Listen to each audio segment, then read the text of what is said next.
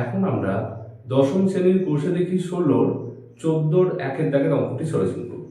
দেখো অঙ্কটি রয়েছে একটি লম্ববৃত্তাকার শঙ্কুর উচ্চতা 12 সেমি এবং আয়তন 100 পাই ঘন সেমি, শঙ্কুটির ব্যাসার্ধের দৈর্ঘ্য কত লিখতে বলেছে। তাহলে দেখো আয়তন দেওয়া রয়েছে আর একদিকে তোমার এদিকে উচ্চতা দেওয়া রয়েছে, তাহলে ব্যাসার্ধের দৈর্ঘ্য নির্ণয় করতে বলেছে। আমরা ধরে নেব ব্যাসার্ধের দৈর্ঘ্য। প্রথমত লিখছি যে শঙ্কুটির,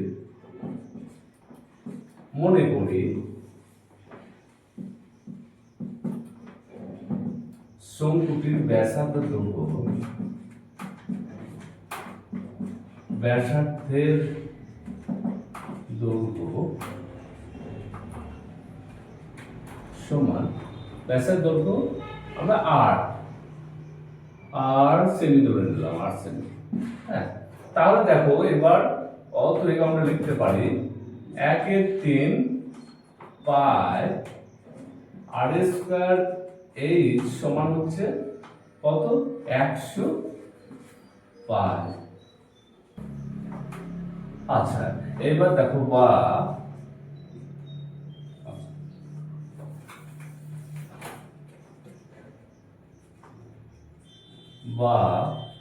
1/3 পাই আর স্কয়ার, এইচ এর মান দেওয়া রয়েছে এখানে কত, 12, তাহলে ইনটু 12 সমান 100 পাই।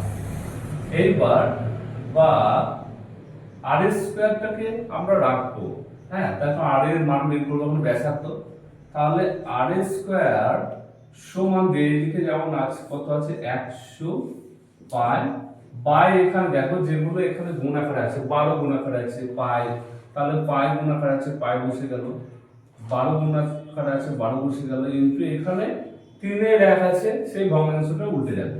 তাহলে এই 1 এর 3 আছে, 3 এর 1 হবে। এবার দেখো 3 এর 3, 3 4 এ 12, 4 এর 4, আচ্ছা আচ্ছা এখানে পাই পাই কেটে যাচ্ছে, 4 এর 4, 4 25 100। তাহলে আমরা পেলাম আর স্কয়ার সমান হচ্ছে 25। এবার বা আর সমান এখানে √25 সমান হচ্ছে 5 5 25, 5 সেমি। হ্যাঁ, তাহলে আমরা অতএব শঙ্কুটির ব্যাসের দৈর্ঘ্য লিখতে পারি, অতএব শঙ্কুটির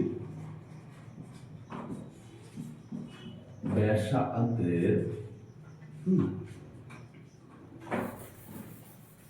আচ্ছা এখানে 5 সেমি। হ্যাঁ ঠিক আছে, শঙ্কুটির ব্যাসার্ধ দৈর্ঘ্য, অতএব শঙ্কুটির ব্যাসার্ধের দৈর্ঘ্য সমান 5 সেমি।